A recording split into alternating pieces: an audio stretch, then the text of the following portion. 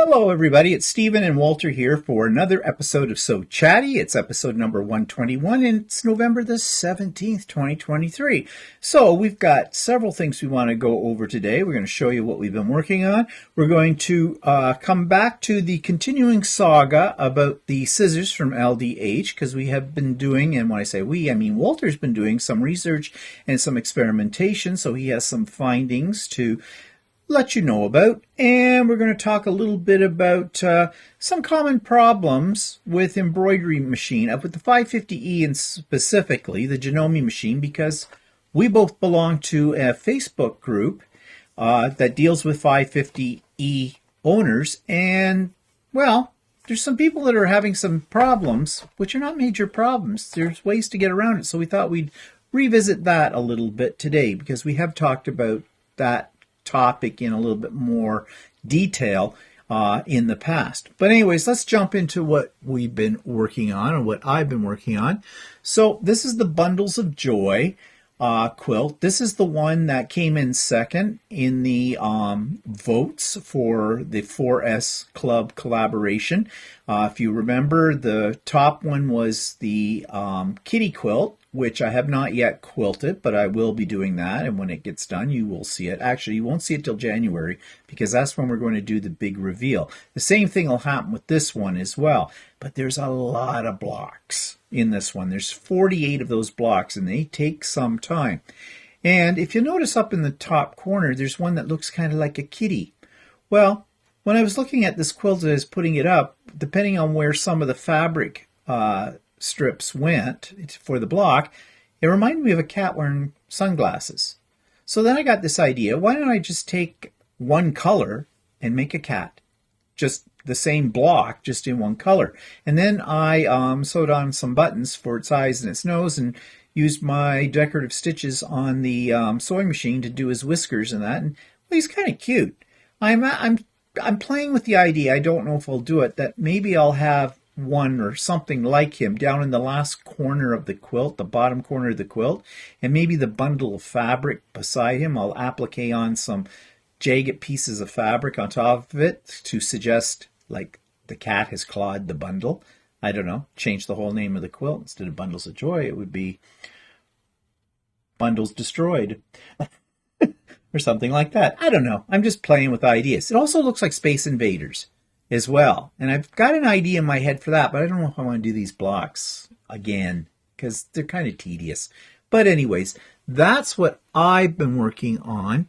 But Walter has got something to show you. What have you been working on, Walter? Well, I've been doing, want to do some more bags. So I've been doing some embroidery on it for the side of a bag. So I've done this one. And I've done it before. I did it last year. It takes a long time. It's got like 85,000 stitches in it. Yeah. So, it takes about 4 hours to stitch out on the embroidery machine. And lots of layers of stabilizer. And yeah. We're going to come to that today. That's just a little preview about that, because that's one of the most common problems with machine embroidery. But we'll talk about that more in a bit. The back. Yeah. For those that embroider. So. But you're putting this into a tote bag, right? Yes, I am. And no one will see that back because you line the bags, right? Yeah, I do. So you don't have to worry about that. So it looks good. So that's what Walter's been busy at. And so announcement time. Stephanie and sewing with Stephanie and Stephen, Wednesdays as usual. We had not bad turnout the other day. We average around 10 to a dozen people. It depends, because it is during the week. And apparently there are some people at work during the week. But for those of you that can't make those, we are having Pop-Up Sew Day this Saturday, tomorrow, at the time of recording this. That's November the 18th, 2023. I sent out 2 emails, actually. I sent one out at the first of the week to everybody on my mailing list to let them know about that, and it included the Zoom link, because it is a Zoom. It is not a YouTube live. It's a Zoom. And I sent out a reminder with the Zoom link again this morning as well. It's also listed on any of the videos, including this one, in the show notes, so all are welcome. And, you know, you don't have to be a quilter to be part of it. You can be any kind of creative, okay? Whatever you want to work on. it's a good time, socialize. You can show what you're working on if you so feel the desire to do so. Usually get inspiration from what other people are doing. And of course, there's always the shopping element. And what I mean by that is a lot of people on there are enablers. They show you something that they've seen online or they've just bought. And I'm such a sucker. I look at it and go, ooh, I want that. Yeah, in fact, somebody sent me a picture of some fantastic gnome fabric that I've never seen before. However, it was $20 a yard in the States, and I can't find it anywhere on Canadian sites. And to order it from the States at $20 a yard, plus shipping, depending on where it came from, that's really expensive fabric, because that'd be work out to about $35 plus per yard. Okay. Canadian dollars. Canadian dollars, yes. So guess who's not buying any of that right now? I may look some more to see if I can find it on a Canadian site. It's by Timeless Treasures. I don't know if it's an old one or not.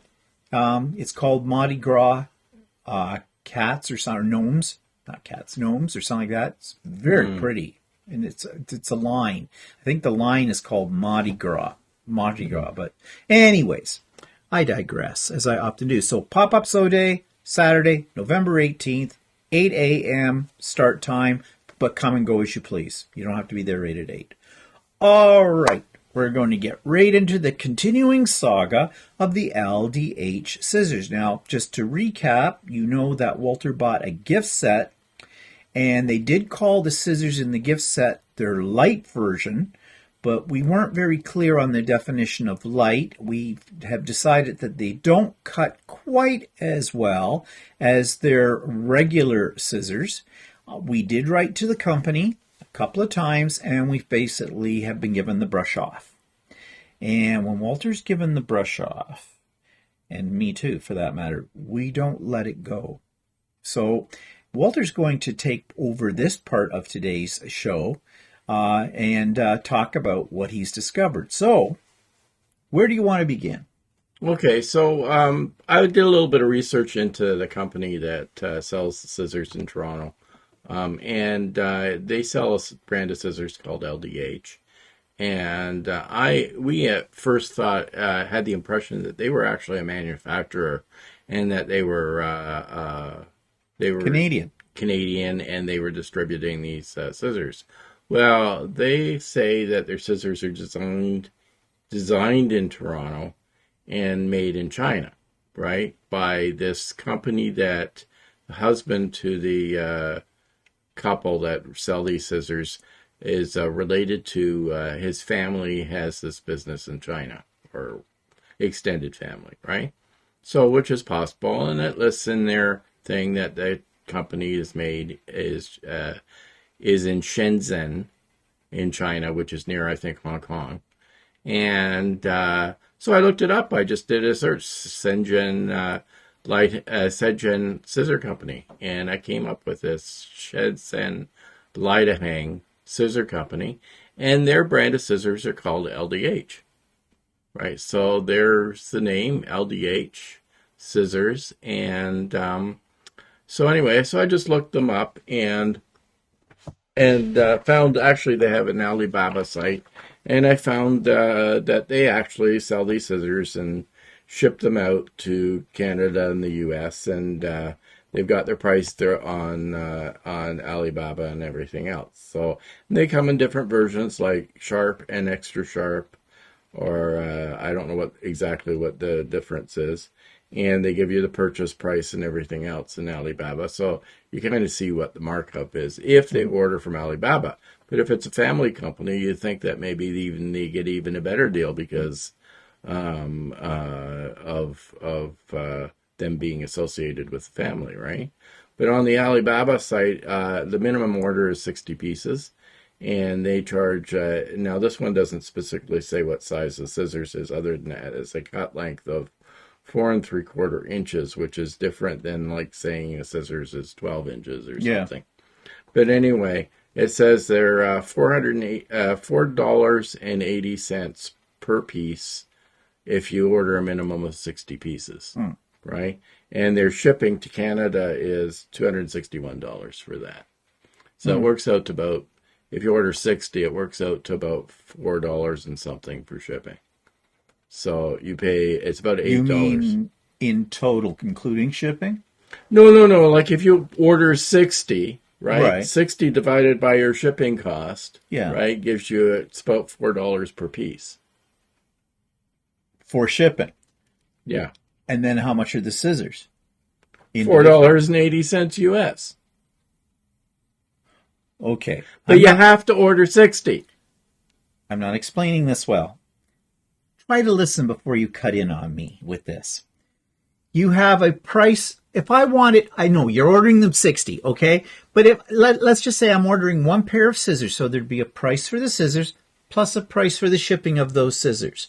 Now, the price you just said at $4.80, is that the price of one pair of scissors plus what it would cost to ship one pair of scissors? No, it's the price. You can't buy less than 60. I know. I'm trying to figure out the unit cost. $4.80, okay, is what it works out per one pair. One pair. Yeah. Like, I know you can't order one pair, but one pair would, the unit price, like, you know, in the grocery store, you see little sign. The unit price is $4.80. And on top of that price would be the unit price for one pair to be shipped. Right. So this is $4.80 that you're quoting me. Is that the cost of the scissors? One pair of scissors plus the cost of shipping one pair of scissors? No. Okay, that's what I wanted to know. Okay.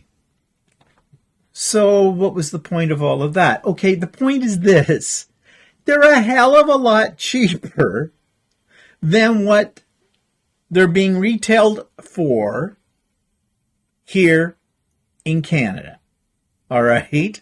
Which is to be expected. Normal, yeah. To be expected. We know that. And also the fact that we've brought up they're made in China, that isn't a problem. Because everything is made in China. Because China, it's cheaper to manufacture things in China. Okay? So that's not a problem with LDH either, as far as we're concerned. However, they do tell you on their website that their supplier is in China. They do mention that. It's in fine print, but they do mention it. However, you might miss that piece of information if it bothers you as to where something is made. They sort of implied that they are a Canadian company. Well, only part of them. They said, no, you said you found it. Well, no, it says actually on the back of their box, if you read. It says, LDH scissor products are designed in Toronto, Canada, and mindfully crafted in our family's factories in China. Okay, so they do put that in the small print on the back of the box. Right. That you. However, they are.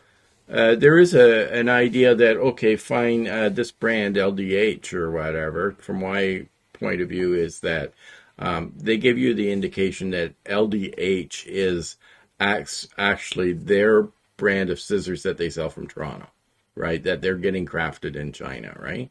However, LDH is the brand name of the company, is the brand name that they use in China in the company. So they could be, so they're basically a distributor, right? Yes. So there could be distributors in all different countries all over the world that sell LDH scissors. Yeah. Yes. We don't have a problem with that either.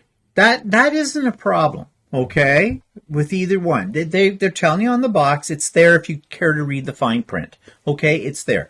I don't think they're purposely trying to fool you about this. They have a Toronto connection. The couple that are distributing this, because that's where the word comes out. They are not manufactured in Canada, but they tell you that. They're manufactured in China. They say they're designed here in Canada. Okay.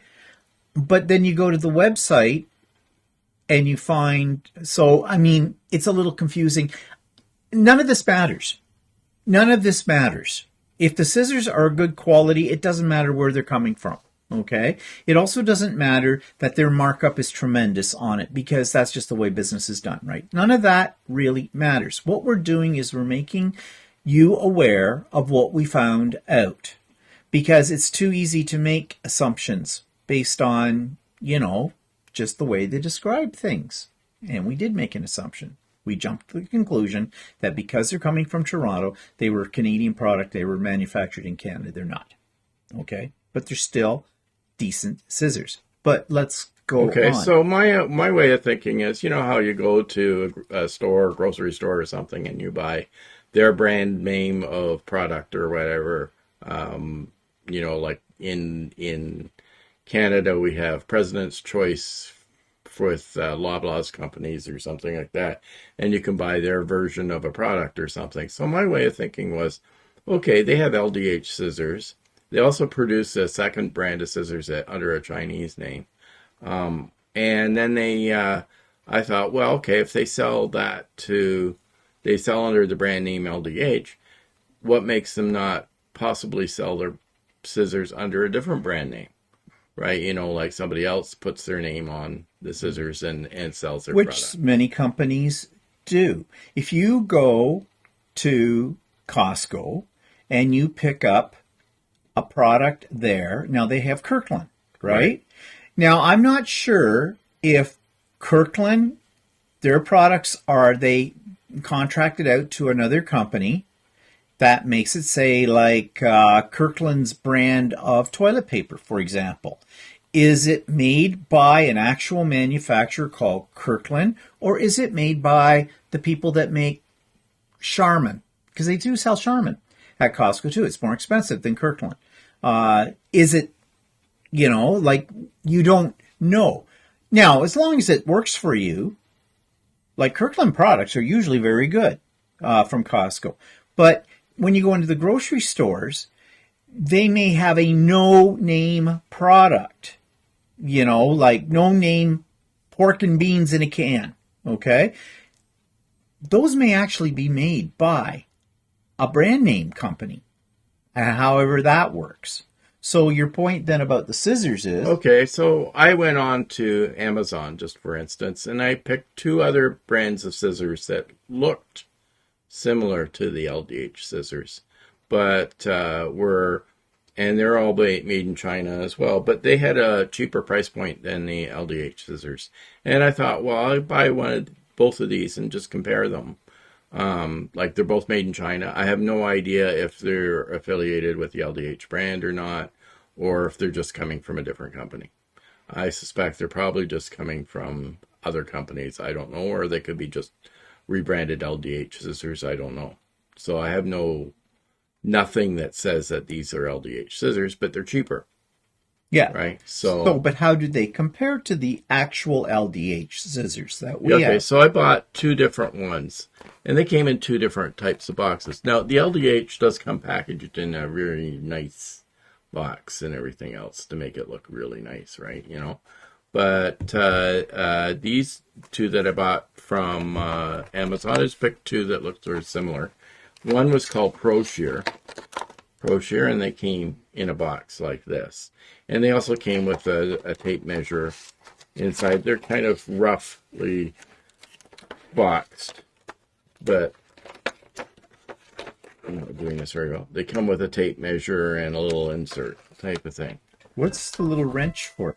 So I guess to take the scissors apart if you think. So for sharpening purposes. This one came and it has a Pro Shear emblem on it. I bought an 8-inch version of it. I have an 8-inch version of the LDH scissors. The only difference is these have a rubber coating on the handle, and I know LDH also sells one with a rubber coating, but okay. So would you hold those up again? These are the LDH, right? No, those are the LDH. Hang on. I have the LDH in my hand. Okay. Yeah. And those are the ones that you got from Amazon. Right. And they're called what? They're called Pro Shear. Pro Shear. And they're dressmaker shears. I'm looking at the box. No, that's the wrong box. No, these are Sorry. These are professional fabric sewing scissors. Okay. All right. Now, just looking at these, they look almost identical. Right. Well, there's a difference.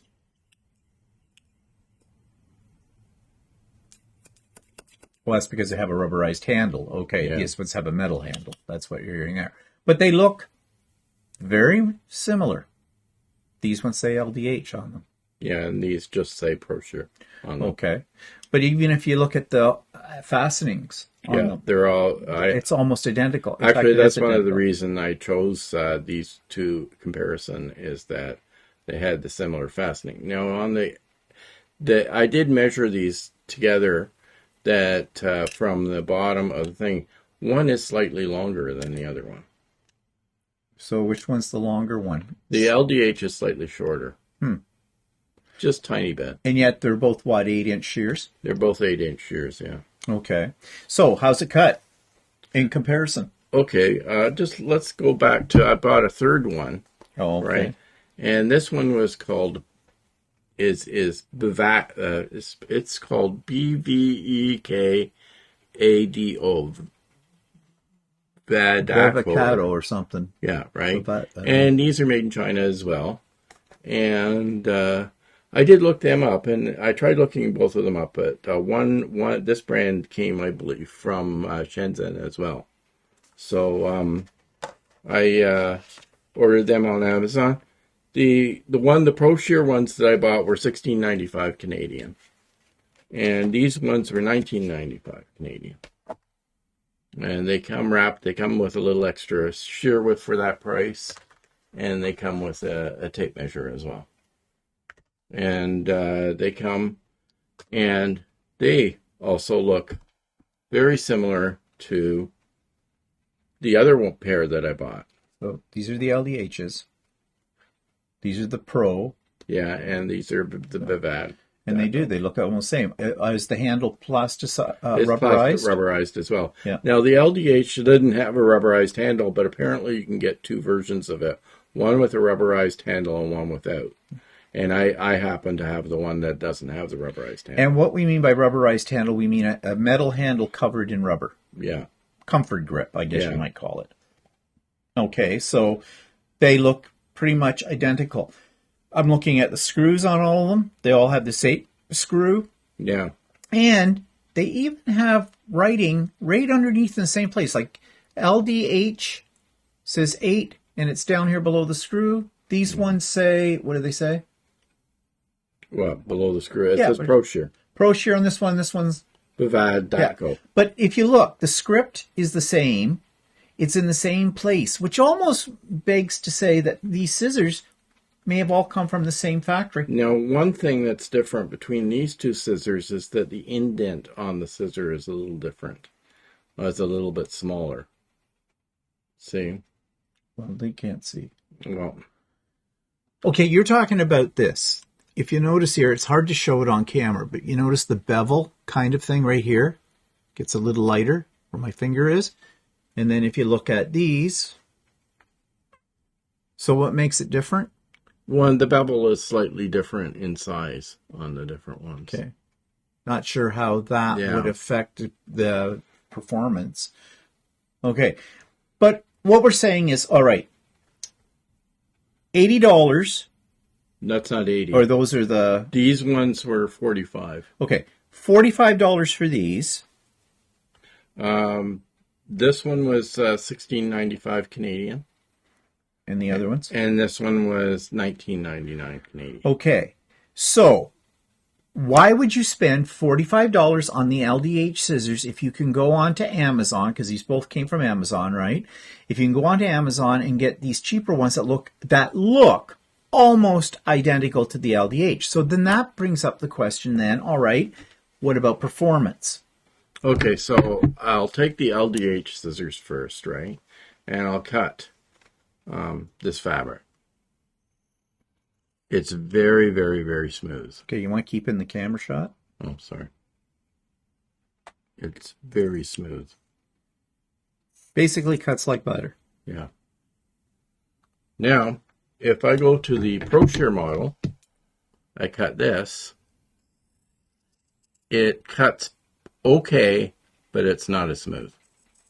And you can actually hear it too. Yeah.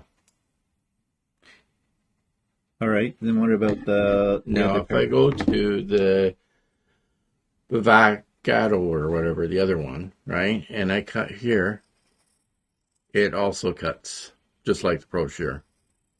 It's a little bit rougher. But is the difference between that last pair that were $19 and the LDH, is that difference in its cutting worth the difference in like $25 Personally, more? if I had not had had the LDH scissors and I bought one of the other two brands, I would have been perfectly happy with either one of them. This one does cut a little smoother. Maybe it's a little sharper than the other ones. I don't know. They're all made of carbon steel. And I don't know. The other two are perfectly fine as well. Okay, so the bottom line of all of this comparison that we're doing is, when I first discovered LDH scissors, I thought I was getting a really high quality product. And I wanted really good scissors. And so I was willing to pay what I paid for the scissors that I got. I also thought that I was supporting a solely Canadian company. That was my bad because I didn't read the fine print that was on there. And I have been very happy with them. And I've been very happy to the point where I have bought other pairs of them. I never questioned the quality of or the price of what I was buying until we got the gift package. And we did all that thing last week about that. So what I'm saying is, why pay that amount of money for something you can get that is very comparable for a lot less money? Of course, you don't know that until you try it, right? And that's why we're telling you this. Now, that suggests that LDH is doing a very aggressive marketing program. They are very sophisticated on their website. They're making you feel like you are buying from a great company and you're going to get a quality product. And I'm not saying the company isn't great, and I'm not going to say that the company isn't good quality, because I've been happy with my scissors. But what I'm saying is, I could buy fabric for that difference in price, that $25 difference in price between these scissors that Walter's showing. And mind you, he's showing you too the ones that are a little bit cheaper on LDH at $45. They're usually about 80. 60 to 80. No. The 12-inch ones sell for 55. Oh, no, 65, sorry. Okay. So they sell for 65. I think each increment gives you a higher cost. Well, that's to be expected, I would say. The only reason I bought these is 8-inch. Well, I happen to like the 8-inch, but the only reason I bought these ones in 8-inch is I wanted to make a direct comparison to the ones that I've got. So how does this affect future purchases as far as I'm concerned? Well, I'm not necessarily going to buy any of their other products in the future unless I'm willing to spend the money. And with their way that they replied to our email, it seems their after customer care is not the best. Yeah, the advantage to probably buying on Amazon and buying the other two shears that I bought is that if I'm unhappy with the purchase of either one of those shears, I can send it back via Amazon, right? I can return without it a charge. However, I can't do that with LDH scissors. With LDH scissors, if I'm not happy with the scissors and I can't prove that there's a defect with the scissors, then I have to pay for shipping to ship it back to them. And you figured out how much the shipping was? Well, it would probably cost me about $30 to ship them back. So, yeah. And it's not like LDH is, if you buy another product from them or that they're going to give you a credit for $30.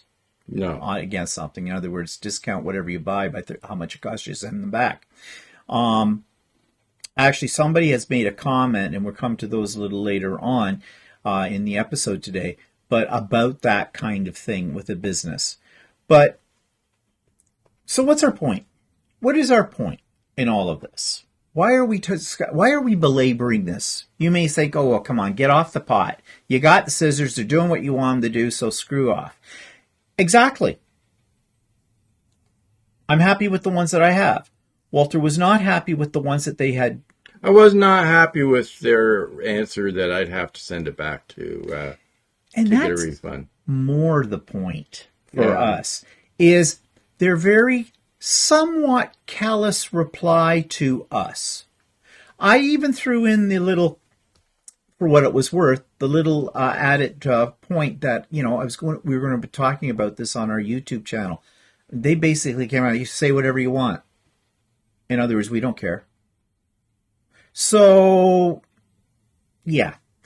I think in this day and age when there's a lot of competition out there, we've just proven there's a lot of competition for comparable products and everybody's buying from Amazon, right?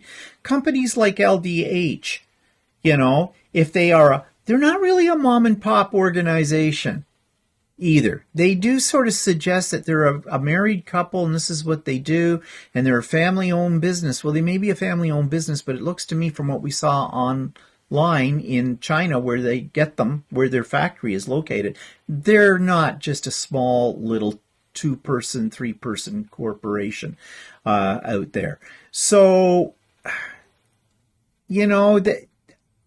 why should I buy LDH scissors? I can get a pair for $19 on Amazon that, for all purposes, are pretty much comparable at a lesser price. The fine difference between the two pairs is not worth, oops, you gotta be careful with your hand gestures on here, it's not worth the difference in the cost. Yeah. But having said that, and you've heard me say this many, many times before, if I get good customer service, I will pay more. We didn't get bad customer service, we got attitude. Yeah. Attitude. We were being treated like we are picky cranks. And, well, we are picky, but we're not cranks. We were genuinely telling them what we thought of their product. And any company that wants to remain in business, yeah, I know, depends on a good reputation. It sort of goes back to, like, when we went to Ultimate Sewing originally, Steve was having a problem with a brother machine. And the owner of the store could have said to her, well, no, I'm a Janome dealer. I don't deal in brother. She did say that she was going to help him out with getting a piece for his brother machine type of thing, right? So she just said, bring it in and we'll have a look at it, right? And so it was because of that gesture that she did, that she went out of her way to help us out, that made us loyal customers to her. Yeah, for life. And we've bought many machines since then from her, and fabric and everything else. And mainly because there was, at the time that I got into quilting, there were 2 other places right here in our area that I could go to for fabric and other stuff. But one had an attitude, and we've talked about that before. She had a requirement. If you take a class with her, you had to buy all your fabric from her. You couldn't buy fabric somewhere else. It had to be her fabric. That suggested an attitude. I never went back. And then she went out of business. So actually, she lost her. I think she still may be online. I'm not even sure if it's that. But yeah. And the other place, well, it was not. They did more in having classes and selling sewing machines than they did fabric. So, but you see, it was attitude. It was an attitude like that, and that turns me right off. So I will pay a little bit more for something if I think the customer service is really good. So LDH needs to get on this bandwagon, because in this day and age of all people doing online shopping, there's choices. Yeah. A lot of choices. And obviously they are doing a very aggressive marketing campaign because they're going to all the quilt shows, the major ones. They were down at Quilt Market, and with their scissors and stuff like that. They were at the Canadian Quilt Show in Halifax when we were there, and the whole bit. So they're doing a very aggressive sales. So it would explain why you got the message from them when you were complaining about their batting scissors. Yeah. About the design of their batting scissors, and that you said that it would be better if they had rounded tips to them, right? Yeah. And the answer that you basically got back from them was... screw off, goodbye. Yeah, well, thanks for the advice, and that's it. Yeah. Well, that's because they don't manufacture their own scissors. But they design them. Well, Supposedly, I don't know. that's what they say on the box. They say they designed, but is it the scissor that's being designed, or is it the box? Well, that's a good question, isn't it? Yeah. So buyer beware of packaging. If the packaging looks good, doesn't necessarily mean the product is bad. But again, LDH scissors are not a bad product. They're actually a very good product. They're very good product. And they're not that much more than paying $20. Like, I mean, they're double, but then. Well, what do you mean? Now we almost sound like we're contradicting Well, no, ourselves. I'm just saying that if you want to buy from them and that stuff like that, you're just paying more, but you're paying for the box and then everything else. So yeah, you're paying for the box. You're paying for their marketing. Yeah. You are not supporting well, in the case of us, the Canadians, okay, we are not necessarily supporting a fully Canadian company. And I mean, that's important to some people. That's not that important to me. I mean, it depends on price. I would prefer to support a Canadian company, a local company. But I mean, if it comes between, like, I can get comparable scissors for $19 as opposed to $45, well, $19 with the option that you can ship it back if you don't like them. Yeah, see, there's things here. Okay. But anyways, we thought we'd let you know. Okay? Just keep your mind open. Just keep your mind open, yeah, to whatever. Okay, anything else you want to say about these scissors? I think we have exhausted the topic. Yeah, that's it. After 3 weeks, yeah, I think we've pretty much done it. So let's turn our attention to something else that has just come up. As I said, and you joined it too, didn't you? The 550E Facebook group? Yes, I did. Okay, so Janome 550E is our brand of embroidery machines. We like the machines. They do a very good job. Have we had problems? Yep. Anybody that gets into machine embroidery, you're going to have a problem. But is the problem user error or is it a fault with the machine itself? And I have been watching what people are saying on the 550E. And there are a lot of issues come up that are just, how do you put it gently, stupid. They are user error. They're stupid user errors because people don't pay attention. So we just thought we'd bring up a few of these.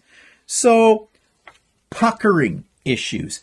Most common problem for beginner machine embroidery users, okay?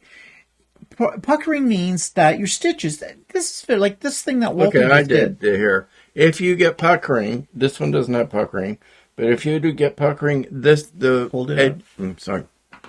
edges around your embroidery they'll start to wrinkle and pucker in. Tucks. They'll look like tucks. Yeah. They're not quite tucks, they're puckers. That means that there's too much strain and tension on the fabric as it pulls the stitches together, because there are multiple layers of stitches on these as well. It's how they get the shadowing effect and things like that. So you have to use stabilizer. However, a lot of stabilizer is expensive, okay? And that's another one of my pet peeves as an aside here. If you're going to own an embroidery machine, expect to spend money. Don't cheap out on your products for it, okay? If you're the kind of person that doesn't want to spend that money, don't buy a machine. All right? Yeah, embroidery does end up, it's a bit of a money pit. So. It is a money pit, okay? There's no two ways about it. But stabilizer, as I said, is expensive. But don't use one layer. It's very seldom you can get away with 1 layer of stabilizer. If it's under 8,000 stitches, give or take, you can probably do it with 1 layer of stabilizer. Like if it's a what they call a red line, or not a red line, but a red work.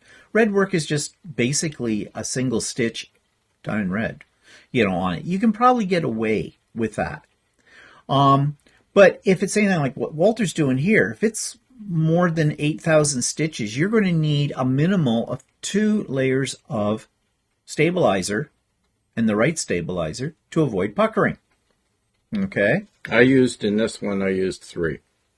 My gestures are coming. You use 3, yeah. Yeah. I have gone as high as 4 layers of stabilizer, depending on the design. Generally speaking, I can usually get away with 2, sometimes 3. But here's how you know if don't have enough stabilizer in it. Not just the puckering, but you're going to have thread breaks. A lot of them. Okay? And if that's happening to you, float. They call it float it. You just take another piece of stabilizer, slide it underneath your hoop. You don't have to hoop it. You just slide it underneath and carry on. And that will probably cut back on the number of thread breaks, may eliminate them entirely. But that's one of the first errors that first-time machine embroiderers make. And they'll say, but the design says, the instructions for the design guide says use 1 layer of tearaway stabilizer. Yeah, no, that's you might, but generally speaking, even tearaway stabilizer, I've sometimes used 2 or 3 layers with it.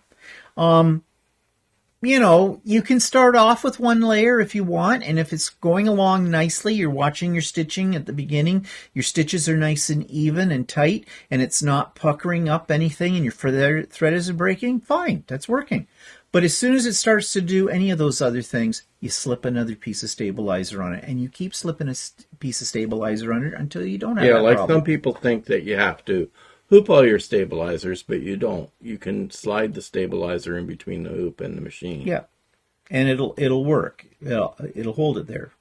The other thing too is what kind of stabilizer. We did a whole thing on this a long time ago, so I'm not going to go over it again, but I'll tell you from my point of view, there are basically only 2 kinds of stabilizer I use for my projects.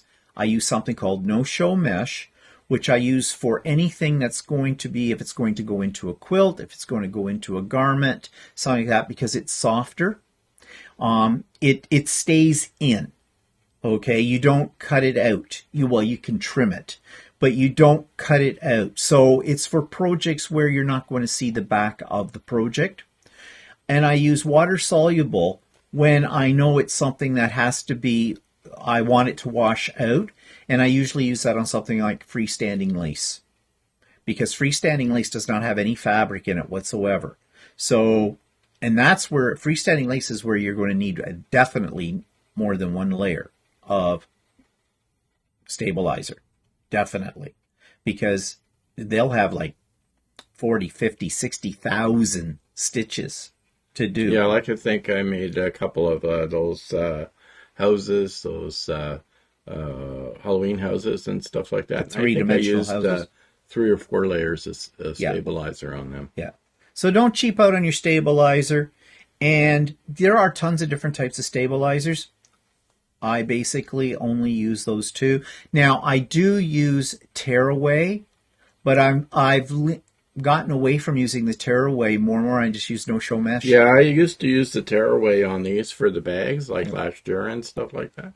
And this year I'm experimenting with using the no-show mesh. And actually, I really like it. Yeah, the no-show mesh works so far, and I do all kinds of different types of embroidery. And with the exception of something like a freestanding lace project. Yeah, like this is 3 layers of no-show mesh on the back. And that cuts back on your price too a little bit. But, all right, next problem is, what should I use? This is a problem exclusively to Janome. The red dot bobbin or the yellow dot bobbin? Now, your machine, if it's a Janome 550, probably came with 2 bobbins. One's got a red dot on it, one's got a yellow dot on it.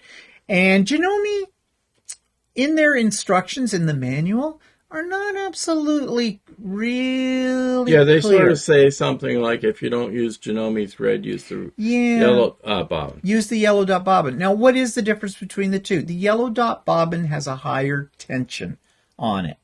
So when would you want to use the yellow dot bobbin over the red? For most things that I embroider, the red dot bobbin works fine.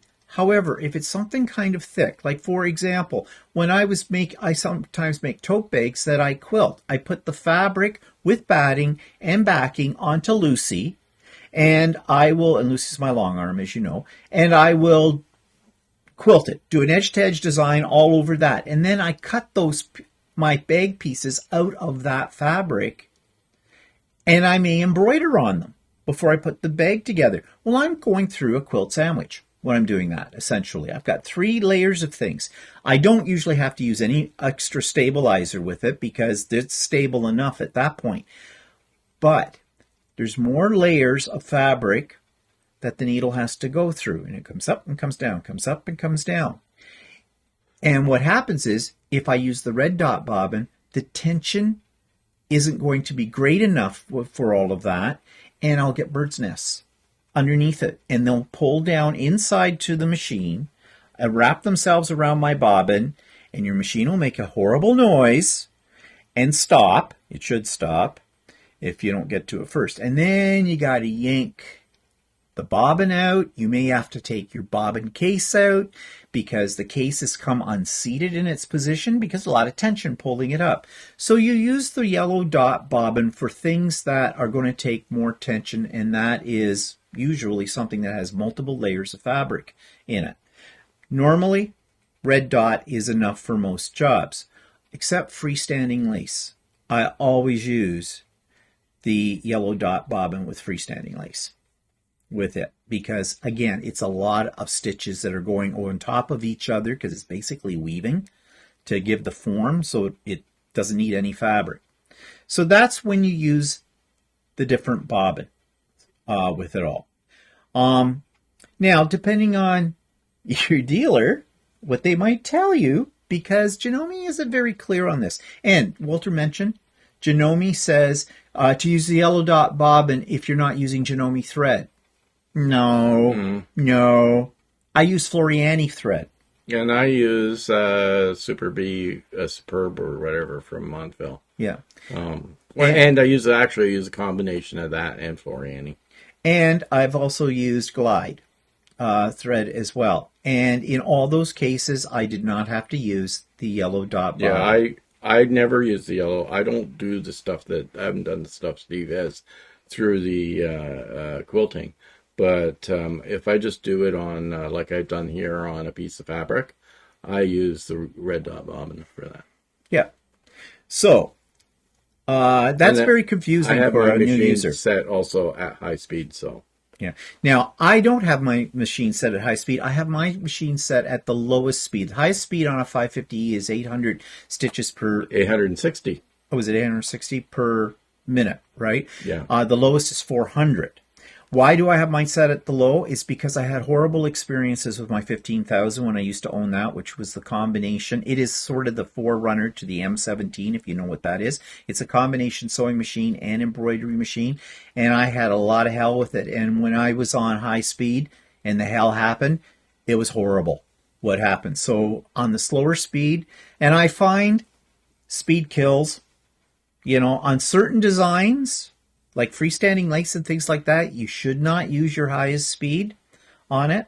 Well, how much freestanding lace have you done? I haven't done it for a while, but I did all those Halloween houses and stuff like that, and I always... That's not freestanding lace. Oh. That's freestanding applique. There's a difference. Oh, okay. Yeah. Freestanding lace is purely nothing but thread. Okay. No fabric, nothing. All thread. And yeah, I used to do it at a higher speed for that, and that's when I had some problems because it's going so fast and it's going back and forth and weaving, it can get literally tangled up. Okay? So, but you have to experiment with your machine. You do you on that. I'm just saying. Okay? But that's what works for me. Okay.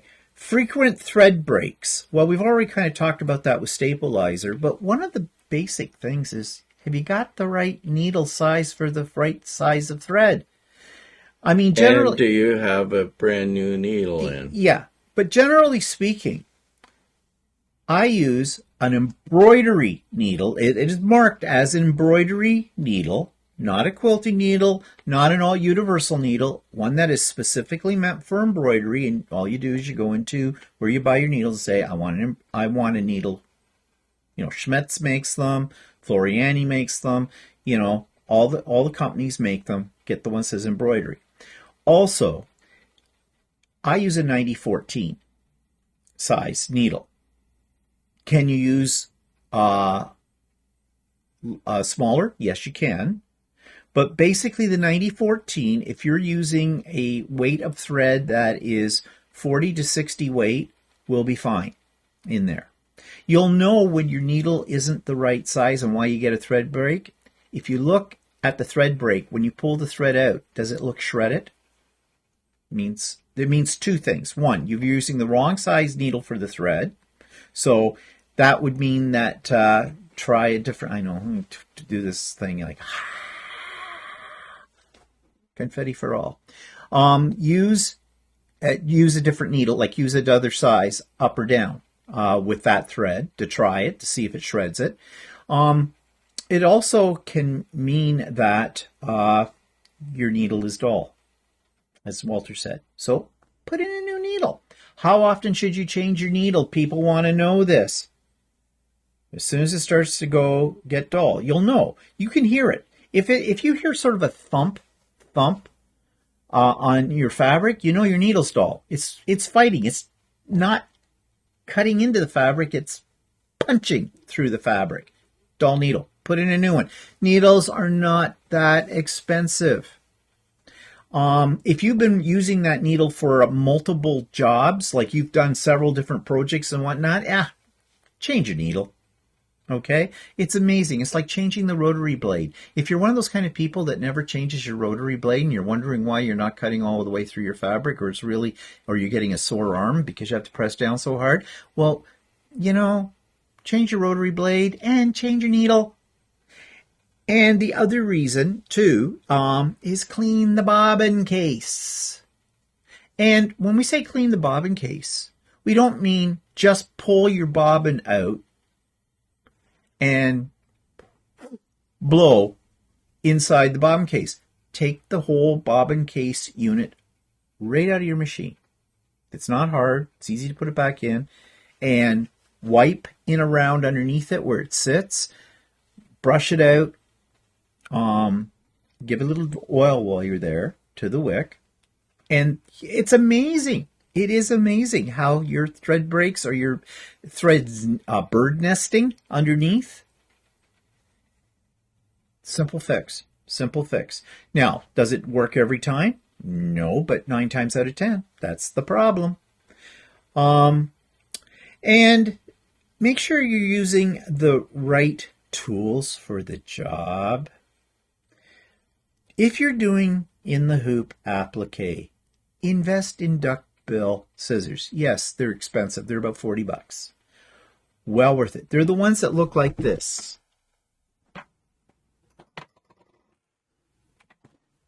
And those are actually the really nice ones. They're marketed by Quilter Select. Not these ones. Yes. Oh, they are. Quilter Select. There it is. Yeah. Yeah. Get a good pair. Okay? They're going to cost you. But this is going to make your life so much easier when it comes to trimming away the fabric on your in the hoop applique. They're worth it. I can't live without these. Now, some people do use snips.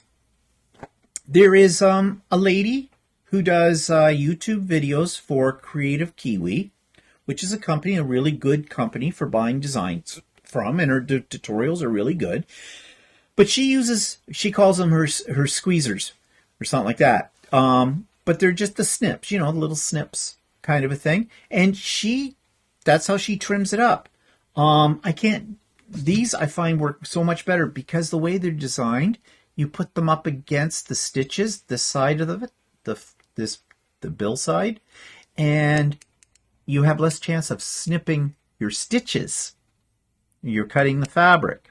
Whereas if you use the other ones, at least I find, they're awkward and you will snip stitches with it. I mean, whatever works for you. If you're comfortable with the little snips and they're working and you don't have any problems, stick with it. But these are good. Listen to your machine. Now, at the beginning, when you first get your machine, you won't know what sound it makes. But over time, you will. When your machine is starting to make a noise you don't hear, now this is not necessarily like a big bang, crash, whatever, jump off the table kind of sound. This is like you'll hear something, it sounds like it's running rough. That means you need oil and a cleaning. Okay? You should never let your machine get to that point. But listen to it and stop it. Don't carry on. You may hear your bobbin bounce. Your little brown bobbin, you'll hear it. It goes clack, clack, clack, clack, clack, clack, clack, clack. It sounds like it's bouncing up and down, because guess what? It is. And sometimes it will do that simply because the stitching part that it's doing, it's higher tension and it is pulling the bobbin. But other times, if it's doing it constantly, if you can't hear yourself think over the noise your machine's making, you have a problem which can probably be fixed if you clean it out and oil it. That's how I know that something's not, if I've been doing a whole series of jobs, long ones, many projects, and I can hear it. I go, oh yeah, okay, stop. Give it a little oil. Take a few minutes to do that. It's not a big job, but it makes a vast difference, and you'll hear that difference. And okay, this is a simple thing, but people do it. And it doesn't matter whether you're a beginner or you've been doing machine embroidery for a long time. Make sure your machine is threaded correctly. If you're getting bird's nest, if you're getting thread breaks, check that. And don't just, after you've had a thread break, don't just look and go, oh yeah, it just slipped out here at the bottom thing at the needle. I'll just put that back in. No. Rethread it from start. Because you missed something, or there's something you won't see, like the take-up arm. You can't see that on these particular models of machines very well, and it can slide out, and that may be what's causing the problem. And you think that you've got it threaded properly, the thread came out at the needle, so you just rethreaded the needle, but really the problem was up in that part. Or your thread hasn't gone through the tension discs properly, or something like that. So, it doesn't hurt every now and then just to review. Even if you've been machine embroidering for 5 years, you have muscle memory. I know I do. I don't even think about it when I'm starting the machine. Boom, boom, boom, boom, boom, boom, boom, boom. It's done. That's a mistake sometimes. Because sometimes that muscle memory isn't as good as it should be. And I have missed one small step. And then I kick myself because I go, I've been doing this forever. How could I do that? It happens. So, review how to thread your machine. Make sure you're doing it right. And make sure your thread's coming off the spool properly. Oh, yes. Because sometimes your thread may get caught at the spool. It may go underneath. Yeah. If it's on a spool stand, it may wrap underneath the spool and you don't even notice that. You don't even see it. And then, good sign is when away you go and suddenly your whole spool of thread goes woohoo off the stand. And something wasn't right there. What? Ask me how I know. Because it has happened on more than one occasion. It can happen on your sewing machine too, with it. Mm-hmm. Another reason why I tend to go for the slower speed, because at the faster speed, it's like a rocket launcher. If that happens, there it goes. Oh, look, spools in space. So these are things that I just found coming up, and people were bitching about them, and okay, here's the other thing. Even if you don't think that's the problem, try it anyways. Yeah. There was one lady wrote a comment to me. One lady was asking about Janome bobbins. She was having problems with them or whatnot, but their dealer told her or she was having trouble with her bobbin, period. The Janome dealer recommended that she buy pre-wound Janome bobbins, and she was still having a problem. I tried Janome pre-wound bobbins, which are expensive, and I had nothing but problems with them. Yeah, and apparently a lot of the Janome pre-wound bobbins come overwound.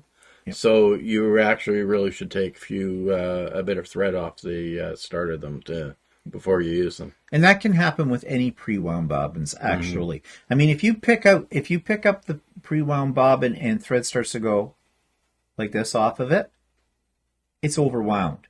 So you just pull off a couple of meters or a little bit off it, and you'll be fine with it then.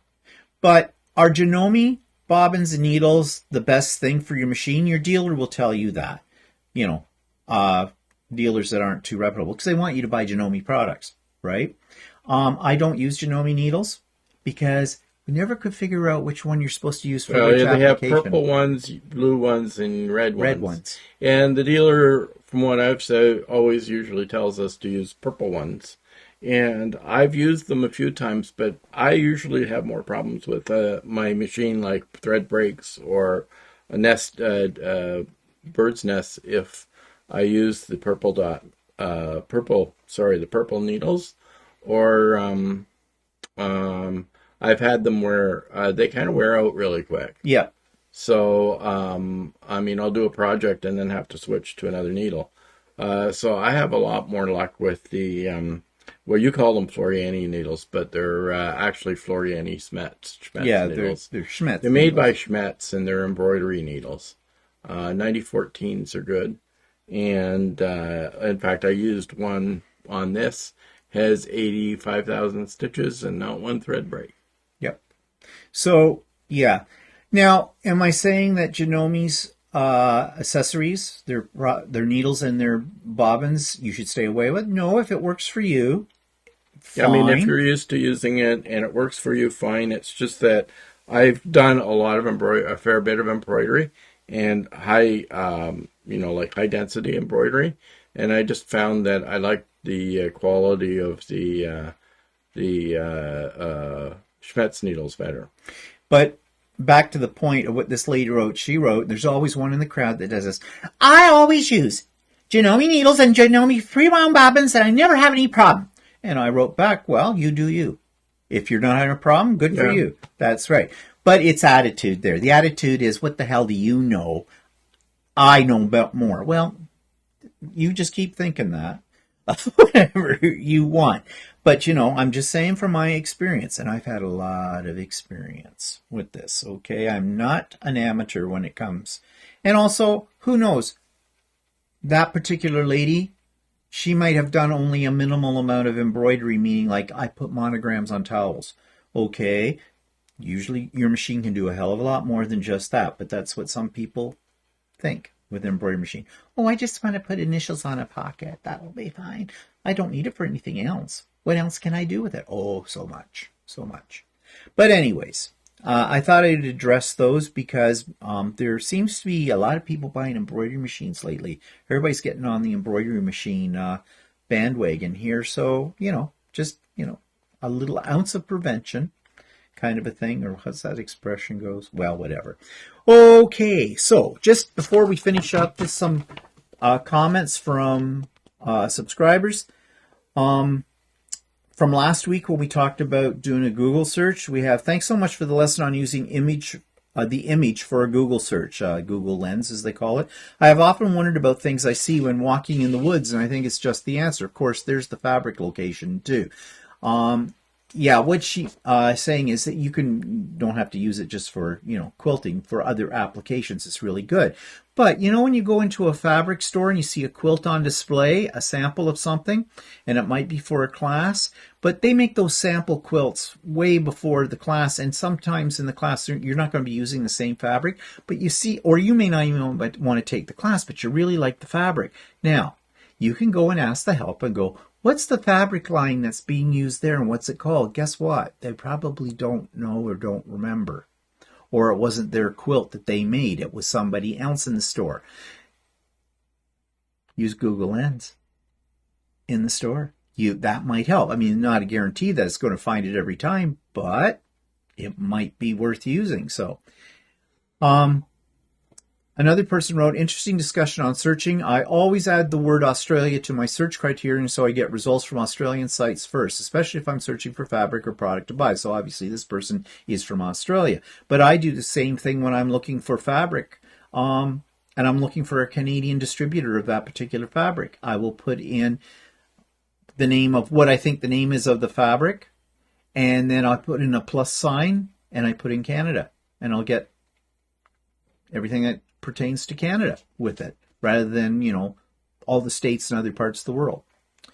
Another one wrote, I have no idea what fabric I'm using, and I especially don't know what fabric I used in a project from a video 2 years ago.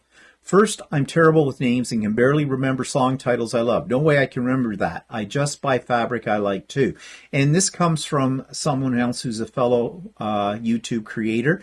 And I was kind of complaining about, I get these questions all the time about, oh, what's the name of the fabric you used in that?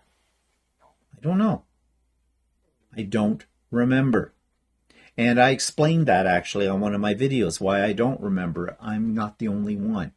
So, do your due diligence first. Don't depend upon a YouTube creator or someone else to tell you what they use, because, once we're done a project, we're moving on to the next one. That's old news. We don't remember everything. A comment about the LDH scissors. When it comes to products that I purchase online, I rely on the description so that I can decide if I want to make a purchase. As a consumer, I expect a concise description and not one that's misleading. In regard to LDH scissors and the discussion here, if I saw lightweight scissors, I would expect the product to be of the same quality as their other scissors, just lighter in weight. And that's what we were talking about last week. This, they may not be trying to be misleading using that word, but that word has different connotations depending on who you are. Another one referenced the scissors discussion. Actually, the company is doing a disservice to themselves too. If the ad insists the only difference is the weight, a new customer who buys the set will experience a lower quality of scissors from this company and assume all their scissor shears are subpar. Yeah, so what they're saying here is it really pays for the company to be very accurate in their description and explain things. Because, people bought it assuming one thing, got something else, they're disappointed. I won't buy from them again. One person said, sadly, I found gift sets frequently are lower quality than regular items. The fancy packaging doesn't make up for the difference. And now that we're moving into the Christmas season, we see all kinds of prepackaged products and all kinds of things. And yeah, the packaging makes you think you're getting something of high quality because the packaging looks really nice. Not necessarily so. Another one wrote here, decent companies cover return costs. They can send you a prepaid label to print. And I would agree with that. If a company wants to put their money where their mouth is, they will look after returns. Now, some companies charge you a restocking fee. And like 5%. Like, it wouldn't even have bothered me if they charged me, if I paid for shipping and then they said they'd give me a credit towards a new pair of scissors. I wouldn't think that would be as bad, but they weren't really offering anything. No. Another one said, I always told a manufacturer if I found a problem with their product even before internet, I thought it was because they would want to know so it could be corrected. So, in other words, what she's saying is here that if she found a problem with the product she bought, she would let them know that there was a problem so that they could rectify it in the future. This company should take your message as constructive criticism, not just think you're complaining. Yeah.